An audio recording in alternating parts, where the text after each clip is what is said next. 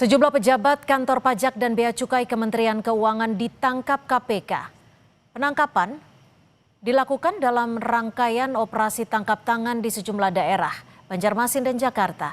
Apa yang ingin didalami KPK untuk OTT kali ini?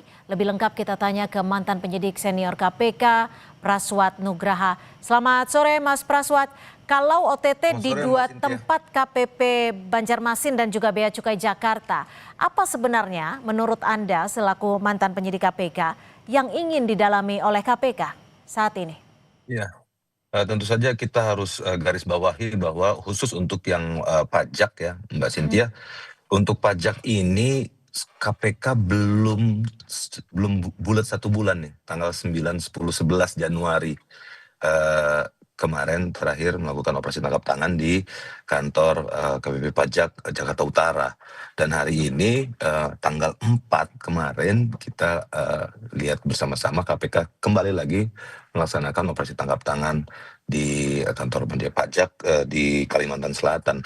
Nah, ini dari sini kan sinyalnya jelas, artinya bahkan dalam jarak waktu 3 minggu berselang sudah terjadi OTT di 2 provinsi, di 2 tempat KPP pajak, kantor perwakilan pajak, yang tentu saja ini menandakan bahwa ada kerusakan sistemik di dalam internal Direktorat Pajak. Ini bukan oknum atau kan biasanya kan kita lihat, ada oknum, ada oknum.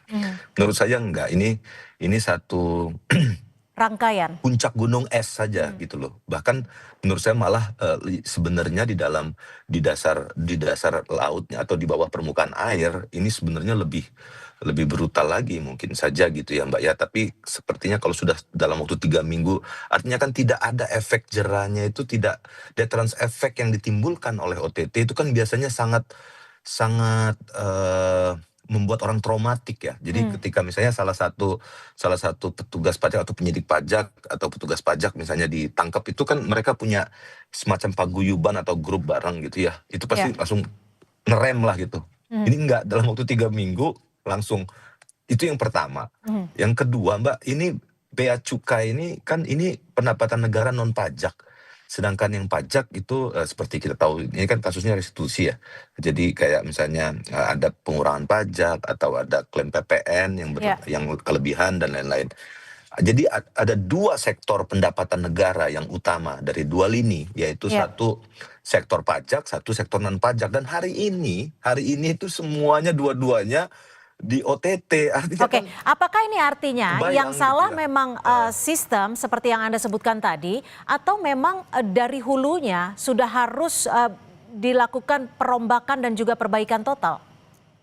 Jadi bukan sistem tapi sistemik Mbak. Jadi sudah kayak memang sudah rusak itu dari segala lini kalau sistemik itu Mbak. Bukan hanya sistemnya atau orangnya baik tapi sistemnya buruk, atau sistemnya buruk bisa dibuat sistem yang baru, pencegahan dan lain-lain.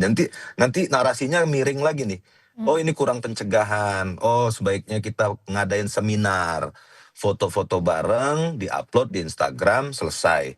Ini enggak, jadi mau 1.000.000 seminar pun kita lakukan, Direktorat Pencegahan atau Deputi Pencegahan di KPK itu sudah berkali-kali, bahkan mungkin Pak Menteri juga Pak Purbaya sudah berkali-kali. Ini juga enggak menjadi solusi.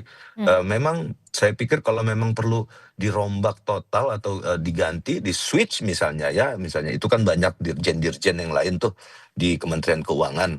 Itu juga bisa jadi satu ide yang revolusioner. Memang orangnya itu harus diganti, tidak boleh terlalu lama bercokol di situ, karena kalau sudah terlalu lama dia membangun satu klaster dan satu semacam kartel yang nggak bisa dirubah lagi. Sudah terlalu lama mereka. Artinya sudah terlalu kuat fondasinya sudah seperti terlalu itu untuk kuat melakukan kejahatan ya.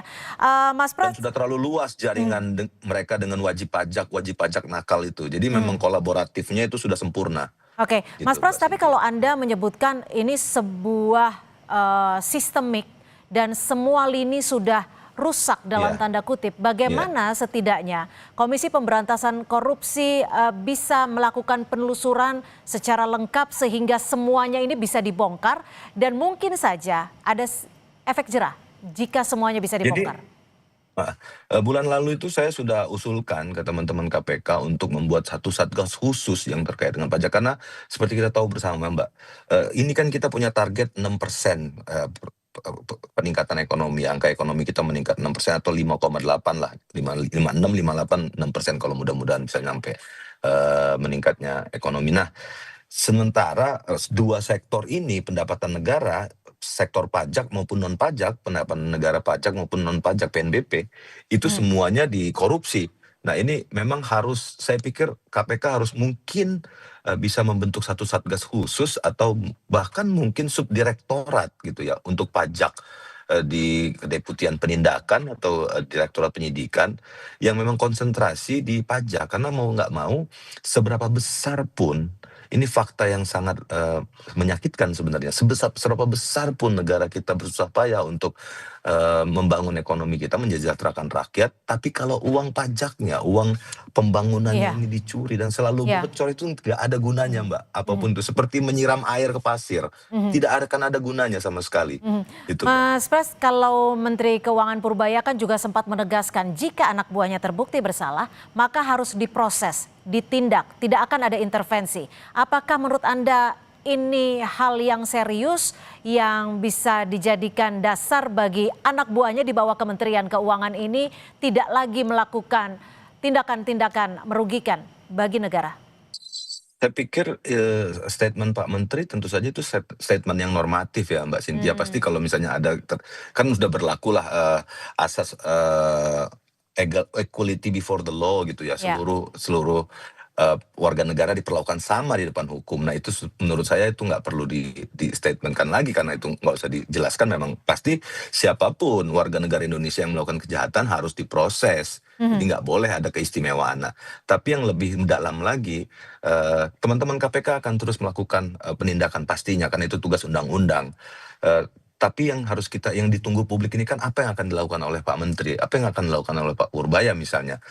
Revolusi apa atau gerakan yang radikal seperti apa untuk beliau agar mhm, menghentikan atau mengurangi secara revolusioner gitu.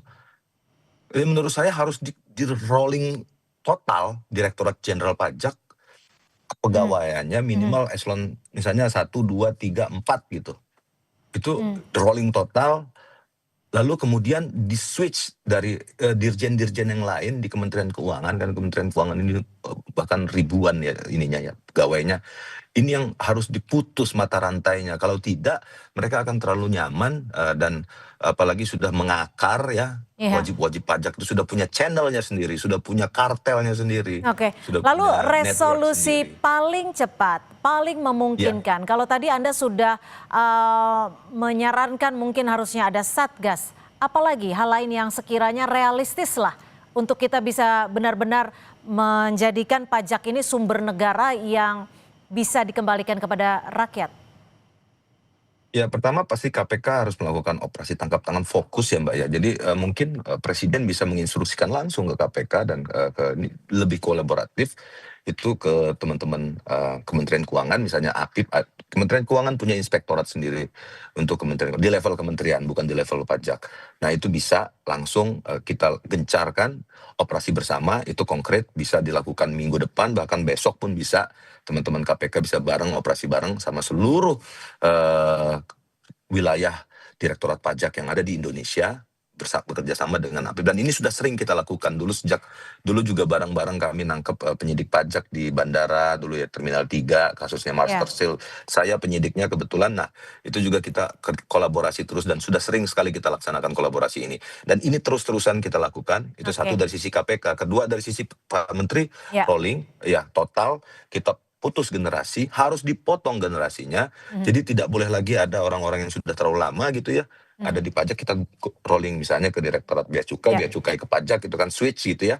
Nah, ini harus dilakukan, itu yang baik, kedua. Yang ketiga, Mbak, yang ketiga ya saya pikir, eee, nggak ada jalan lain ya, Mbak, ya, mhm, teman-teman yang sudah ini kan ada pada saat OTT ini biasanya KPK akan menetapkan 1 atau 2 atau 3 oke, orang tersangka. baik, Ini pasti.